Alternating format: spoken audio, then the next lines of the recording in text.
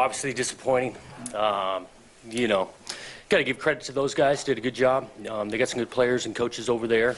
I did think that, you know, our preparation was good leading into this game. I liked our kids' effort throughout the week. And I didn't think our kids' effort was a problem in this game. It comes down to really execution. We had our opportunities offensively to kind of change the tide momentum-wise. We weren't able to do that. We got to get the guy on the ground, tackle a little bit better. But again, I appreciate these kids. They're working. It's tough to win, especially in this league, but it's not going to change our approach of, you know, learning from this game and then improving on it. And we need to, in really all aspects, you know, offense, defense, and in teams, man. We got to improve. But credit to Arizona, came out and won the game, and we'll move on. Jonathan, after the way you finished so strong on defense against Nevada, were you kind of surprised? I know it's two very different teams, but are you kind of surprised in what happened defensively today? I don't know about surprised. They're a good football team. I still think we're an opportunity to make some of those plays. You know, missed a couple tackles. You know, even some of the tackles, the guys falling forward. You know, but I wouldn't say surprised because again, that's a good football team. Connor looked like he had trouble finding open receivers. Were you guys not getting open? Was it great coverage by them? What did you see happening? Yeah, I think there was a little bit of a mix of that. There were some times I thought we did have some guys open and he didn't see it. I think there's some other times the pocket's getting squeezed on him a little bit. I did think Connor played hard. It wasn't the cleanest game out there offensively, not just him. But I thought he kept on battling. We got to improve as a group, man.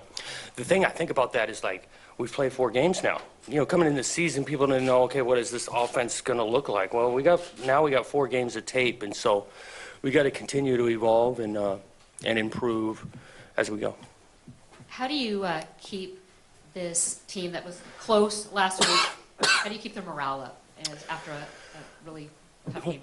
I think we tell them the truth all the time, and I really think the truth was it's 21-7. We got the ball, and we're driving to make the thing 21-14 in a football game. And so, yeah, it feels like, yeah, you lost again, and there was big scores and whatnot, but the game is not out of balance until late. And so we got to keep on swinging, keep on improving.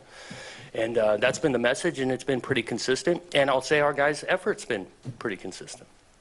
Coach, on the offense, was it a bit of a surprise to you, especially, you know, getting back a couple guys, Bradford, Togiai, really seemed to struggle on both sides, you know, passing and running. It was. We never really found some rhythm out there. We really didn't. You know, again, going back to having a couple of guys open, a couple in the run game, some of those runs that had been popping, you know, were tackles at the line of scrimmage. And so I think that was a big factor of no rhythm, no momentum on the offensive side. Jonathan, you mentioned you guys had the ball and you're driving down 21-7 and a penalty, fumble snap, another holding penalty. How frustrating was that? How much did that impact you guys? I mean, you guys took like 8 minutes off the clock. Yeah, it was huge. I mean, it really was. And that's where, again, being able to execute for long periods of time. You know, I don't think it's an effort thing. It's an execution thing for a long period of time. Long drive, get to the end. We got to finish the thing. And we went backwards.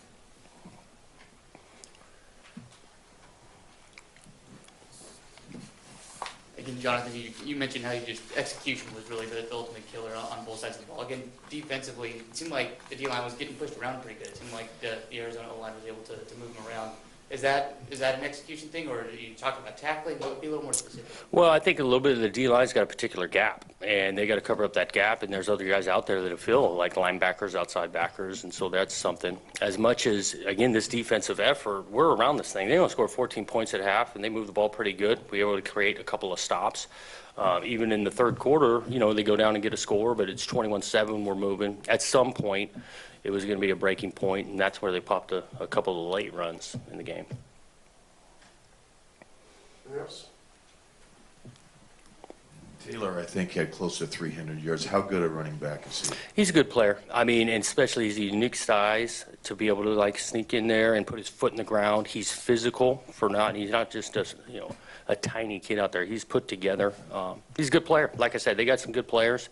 This is disappointing, but he is a good player. Can you talk about the defense and the plan with Tate and whether, he was going to run or his injury. And he looked like he injured himself partway through the game. Yeah, I thought going into the game, we had guys assigned to him, and he wasn't a huge factor in the run game. So that does, you look at things, it goes to our tackling, and it goes into our guys where the ball gets handed to the back. We need to be able to wrap them up sooner than we did. Thanks, Coach. Okay.